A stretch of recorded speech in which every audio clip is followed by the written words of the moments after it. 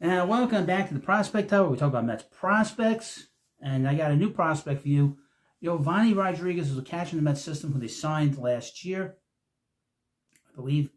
Now, here's the thing. I had done a video the other day talking about Will Watson, but it wasn't Will Watson in the video. It was Jack Wenninger, and I took it down. So if you watched it, I wanted to watch it. I took it down because I screwed up the editing on it. This is why I don't do these videos every single day, because there's always so many players. I got other stuff that's going on with the other channels, my other two channels, that it makes it very difficult for me to sort of do stuff on multiple videos and multiple players when it comes to these prospects. So if you watched it, and if you wanted to watch, I'm sorry. So I kind of skipped because we kind of covered all these other players that they had on their list. This is from Mets Mirage, but this is Yovanny Rodriguez from Mets Mirage. Mets 2025 prospect number 24.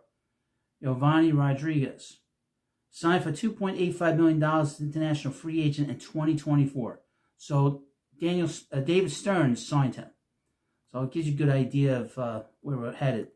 Yovanny Rodriguez, MLB Pipeline's number 7 international free agent in the 2024 class, signed with the Mets for $2.85 million last January. His bonus was the largest the club handed out during that period, serving as a ringing endorsement of the Venezuelan catcher skill set and potential. Now, the one thing that's different about Mets Mirage's list is they don't, as compared to Amazing Avenue, I don't know if they forgot about this young man.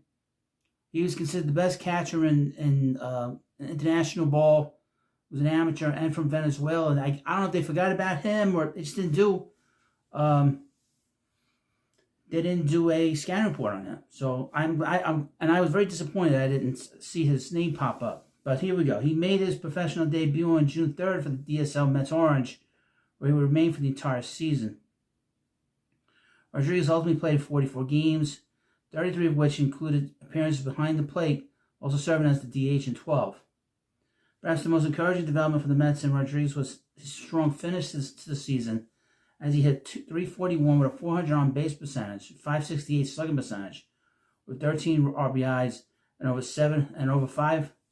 over 50 plate appearances in August. His defensive showing from a strictly statistical perspective was a bit rough, allowing 74 stolen bases in comparison to throwing out 10 runners. That's high. Committing 6 errors in 253 innings. Rodriguez struggles in that facet aren't particularly concerned at this point, however, considering he was a 17-year-old and thus is a obvious work in progress. In May 2024, Fangraph's Eric Longenhagen wrote that Rodriguez is built to withstand the rigors of a full season of catching, while further stating that he has big pull power and arm strength. His 2025 outlook. Rodriguez still has a ways to go before realizing his major league dreams, but he could certainly take significant strides towards making them a reality in 2025.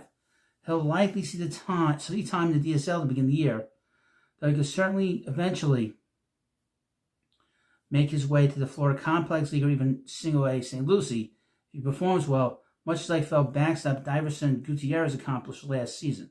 Now, here's the thing, okay, about Rodriguez. I was going through his numbers on Baseball Reference. Believe it or not, his OPS was not bad. It was over, I think it was 715. His slugging percentage is okay. His on-base percentage was very high. It was 359 for the season. And his batting average was about 217 for the season.